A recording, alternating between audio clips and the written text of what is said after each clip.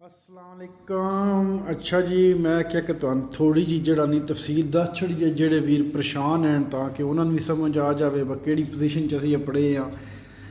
इत्थों थोड़ा जिहा काला होया सी ते ये असां बेहतर कर दिता, लिहाजा ए हुण अंदर दा जिहड़ा कमरा सारा ये बिल्कुल क्लीयर है, कोई इन मसला नहीं। यह दरवाज़ा वगैरह जिहड़ा है भी थोड़ा जिहा काला सी, इन भी जिहड़ा नहीं वो कलर कर दिता है।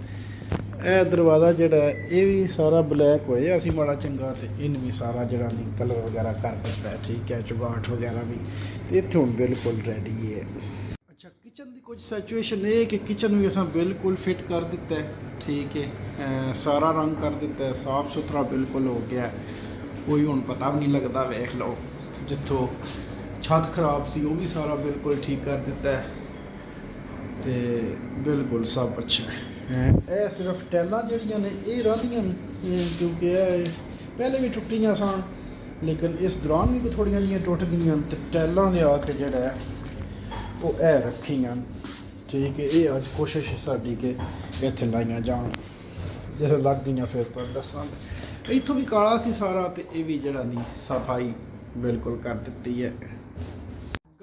पोजीशन ये कि जो सारी सफाई सुथराई कर दी है, उत्तों भी वेखो कि बिल्कुल जो साफ सुथरा कर दिता है। तारा भी साफ दित्तियां ने, तो वेखो ना तारा शारा भी साफ दित्तियां ने, तो उत्तों बिल्कुल सारा साफ है, ठीक है।